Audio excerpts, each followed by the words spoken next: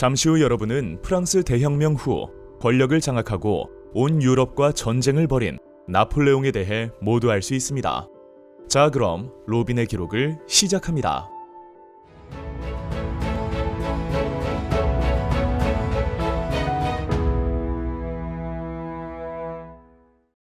프랑스는 로베스피에르의 처형으로 공포 정치가 끝난 후 5명의 총재가 통치를 책임지는 총재 정부가 들어섰습니다.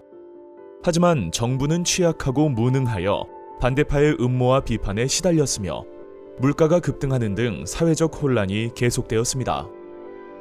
그런 가운데 계속된 전쟁으로 군부의 세력이 커졌고 젊은 장군 나폴레옹은 전쟁에서의 연이은 승리로 주목받기 시작하였습니다.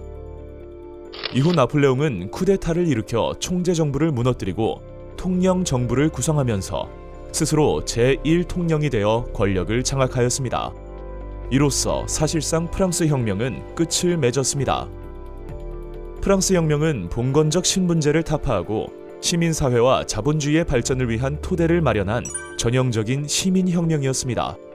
특히 혁명의 이념이 된 자유, 평등, 우애의 정신은 이후 민주주의 발전에 큰 영향을 주었습니다.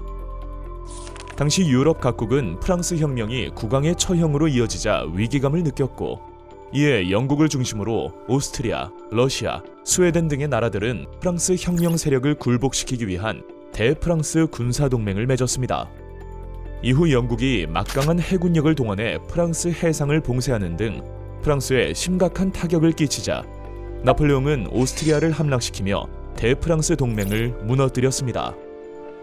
이에 프랑스는 평화를 회복하였으며 나폴레옹은 혁명의 성과를 이어받아 프랑스 은행 설립, 산업보호정책 수립, 국민교육제도 도입 등 개혁을 추진하였습니다.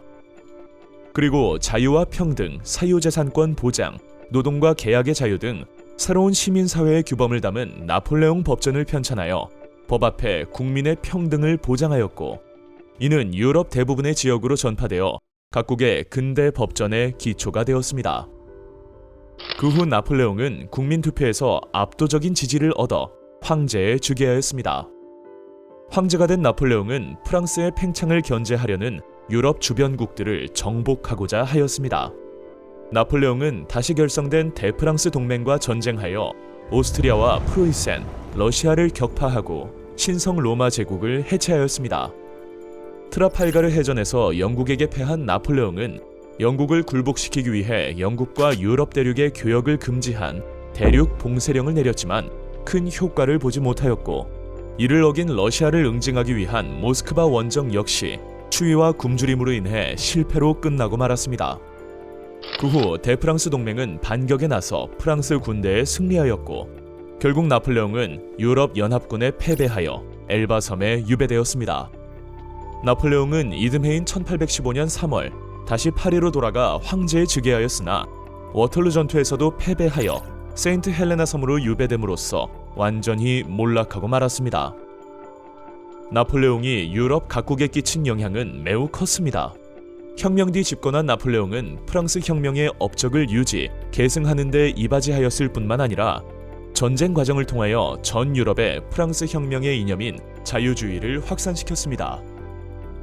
한편 나폴레옹에게 정복당한 독일과 이탈리아 등지에서는 프랑스의 지배에 대항하면서 민족의 단결을 주장하는 민족주의가 발전하기 시작하였습니다.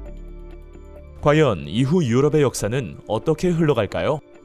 나폴레옹 전쟁 이후의 세상, 빈 체제 편에서 아주 자세히 알려드리도록 하겠습니다. 로빈의 역사 기록.